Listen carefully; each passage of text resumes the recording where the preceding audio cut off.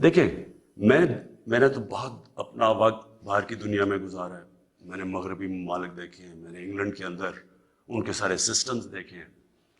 فرق کیا ہے؟ کیا وجہ ہے کہ ایک ملک اوپر چلا جاتا ہے اور دوسرا ملک سارے وسائل کے باوجود نیچے آ جاتا ہے؟ وہ ہے لفظ انصاف, قانون کی بالادستی. نبی صلی اللہ علیہ وسلم نے مدینہ کی ریاست کی بنیاد کس چیز پہ رکھی تھی؟ عدل اور انصاف پہ. انہوں نے جب کہا تھا, اور وہ اچھا یہ ہے کیا انصاف؟ قانون کی بالادستی کا مطلب کیا ہے؟ میں چاہتا ہوں سب نوجوان آپ سب سمجھیں. قانون کی بالادستی کا مطلب یہ ہوتا ہے کہ طاقتور اور کمزور ایک ہی برابر ہوں, قانون ان سے ایک طرح کرے.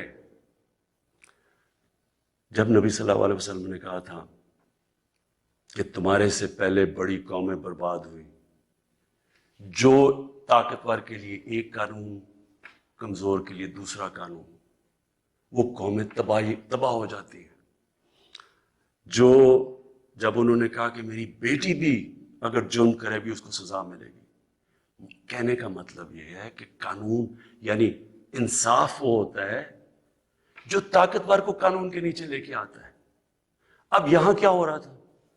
جو طاقتور اس کے لیے سارا ایک قانون, وہ چوری کر رہا ہے, وہ پیسے بنا رہا ہے, وہ منی لانڈرنگ کر رہا ہے, وہ پلاٹوں کے اوپر قبضے کر رہے ہیں, وہ سرکاری ان کو کوئی پکڑ نہیں رہا تھا. بیچارے غریب لوگ جیلوں میں بھرے ہوئے تھے. میں نے بھی جب جنرل مشرف کے دور میں کوئی 8-9 دن جیل میں گزارے ہیں, وہاں صرف غریب لوگ آپ کو نظر آتے ہیں, لگتا ہے صرف غریب ہی چوری کرتا ہے. دیکھیں یہ آپ کو آج میں صرف سمجھانے کی کوشش کر رہا ہوں کہ میری سٹرگل ہے کیا. دو چیزیں ہوتی ہیں. جب طاقتور کو ایک ملک کا قانون اس کو پکڑتا نہیں ہے, جب وہ کوئی جرم کرتا ہے تو وہ ملک اپنی تباہی کی طرف چلا جاتا ہے, جس طرح ہمارے نبی صلی اللہ علیہ وآلہ وسلم نے کہا تھا. وہ کیوں چلا جاتا ہے میں یہ بھی آپ کو سمجھاتا ہوں. دیکھیں چھوٹے چوری کرتے ہیں, غریب آدمی چوری کرتا ہے, پٹواری چوری کرتا ہے, تھانے دار, وہ پیسے بناتے ہیں, تنگ ہوتے ہیں لوگ.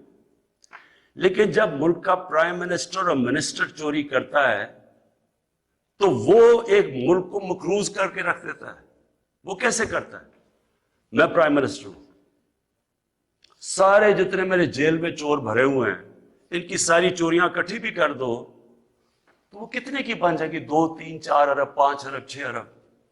میں پرائم منسٹر ہوں, میں ایک پروجیکٹ کے اندر میں اربوں روپیہ بنا سکتا ہوں. کیسے؟ میں پاور پروجیکٹ لگاؤں, اور یہاں ہوا ایسے, پاور پروجیکٹ لگاتا ہوں 100 ارب کا, وہ ہوتا ہے اس کی قیمت 100 ارب, میں اسے کہتا ہوں 130 ارب کر دو. 30 ارب سیدھے میرے باہری ملک سے باہر ہی چلے جاتے ہیں, میرے اکاؤنٹ میں آ جاتے ہیں.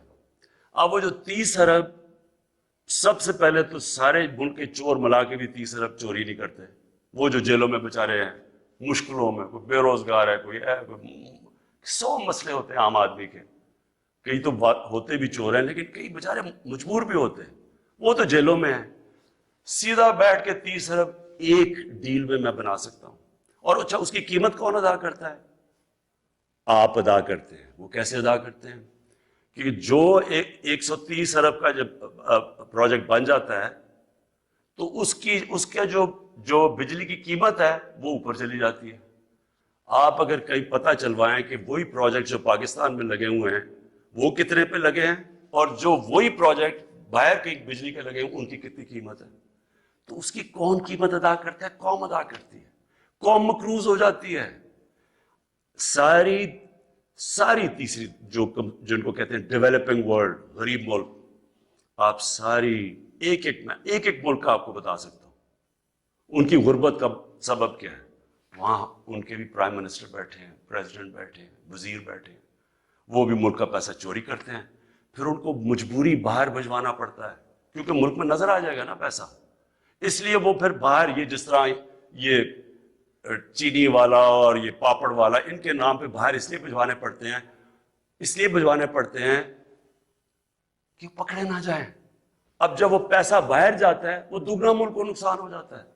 آپ کو پتہ ہے ایک یونائٹڈ نیشنز کا ایک ادارہ ہے, میں یہ چاہتا ہوں کہ آپ پورا سمجھیں کہ اس ملک سے یہ تھوڑے سے جو مل کے یہ جو بڑے بڑے مجرم ہیں کر کیا رہے ہیں آپ کے ملک سے.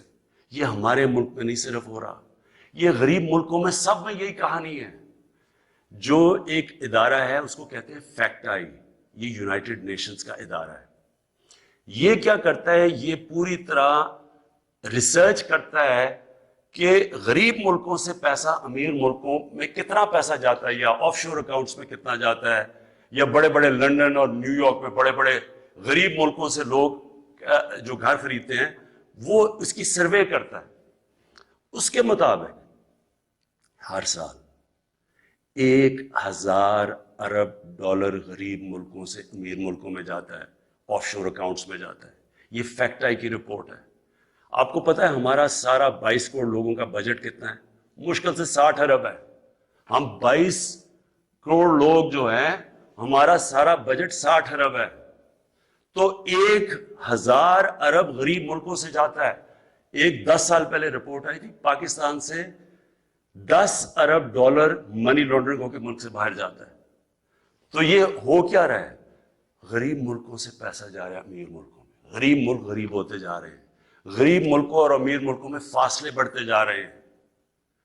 غریب ملک جو پیسہ ان کا ادھر خرچ ہو تاکہ روزگار ملے تو اسکولوں پہ چلے، یا وہاں وہ اس ملک کے اندر اکنامک گروتھ ہو، وہ پیسہ ملک سے باہر چلا جاتا ہے. تو جو پرائم منسٹر اور وزیر جب کرپشن کرتے ہیں وہ ملک کو مقروض کر دیتے ہیں، قرضے چڑھ جاتے ہیں. وہ قرضے اتارنے کے لیے ٹیکس لگانے پڑتے ہیں. ٹیکس سے مہنگائی ہوتی ہے، مہنگائی سے غربت ہوتی ہے. دوسرا جب وہ ڈالر باہر بھیجتے ہیں روپے پہ پریشر پڑتا ہے. جب روپیہ گرتا ہے باہر سے ساری چیزیں پھر مہنگی ہو جاتی ہیں. تو یہ جو میری سٹرگل ہے اس کا مقصد کیا تھا؟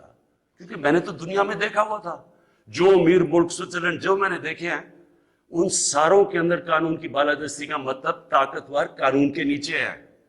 ہمارے ملک میں آپ نے تماشا دیکھا، جنرل مشرف اتنی طاقت اس کے پاس، فوج اس کے نیچے، عدلیہ اس کے نیچے، اپوزیشن وہ نہیں.